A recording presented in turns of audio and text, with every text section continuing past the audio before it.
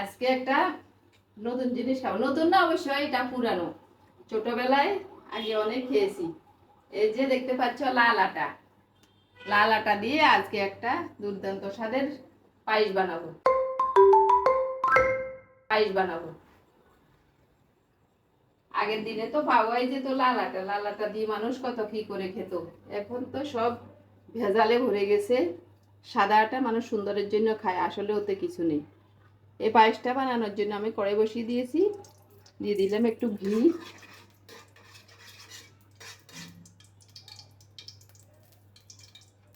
ঘি গরম হয়ে গেছে, এখানে ছোট এক বাটি আটা নিয়েছি। এবার আটাগুলো একটু ভেজে নেব।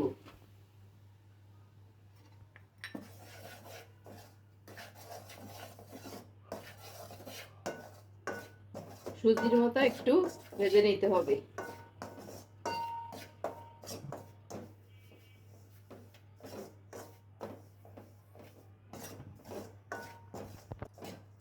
ভাজা হয়ে গেছে, দেখো একটু একে তো লাল আটা, আরো একটু লালচে লালচে করে ভেজে নিয়েছি।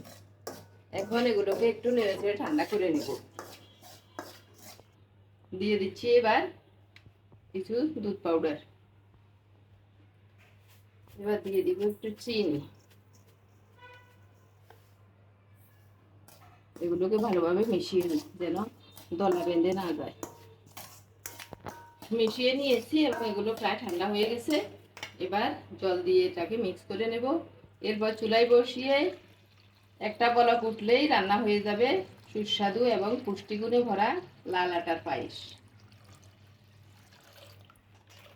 বাচ্চাদেরকে এভাবে যদি ঝটফট কোনো কিছু বায়না করলে ঝটফট এভাবে পায়েস বানিয়ে দিবেন। এটা বাচ্চাদের জন্য অনেক পুষ্টিগুণে ভরপুর থাকবে।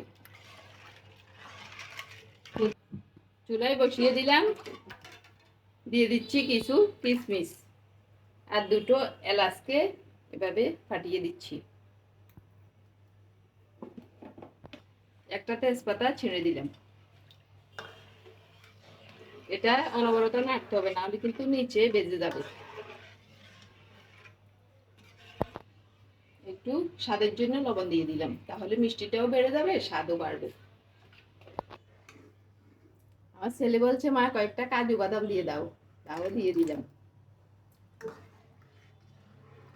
যত দিবে ততই স্বাদ বাড়বে। দেখো সুন্দর বলক চলে আসছে এবং এটা দেখো কত ঘন হয়ে গেছে। ঠান্ডা হলে আরো অনেক ঘন হয়ে যাবে। ঝটপট তোমরা কিন্তু শখ করে বিকেলের নাস্তায় এটা খেতে পারো। এখন আমি এর সাথে যোগ করবো, এখানে দেখো এখন তো আমের সিজন, আমি কিছু আম এখানে ছোট ছোট করে এভাবে কেটে রেখেছি, এগুলো এখন দিয়ে দিব।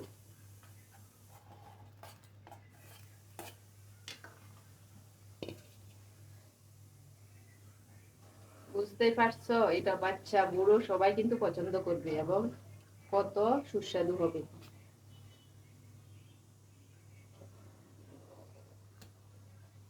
লাল আটার পায়েস কিন্তু আমার হয়ে গেছে। এখন আমি চুলা বন্ধ করে দিচ্ছি।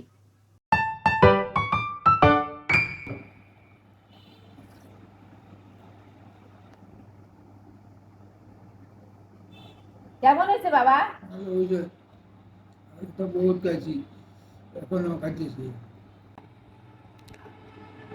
আগে কত খাইতাম, এখন তো লালাটা এখন জানা, এখন এটা খাইতেছি।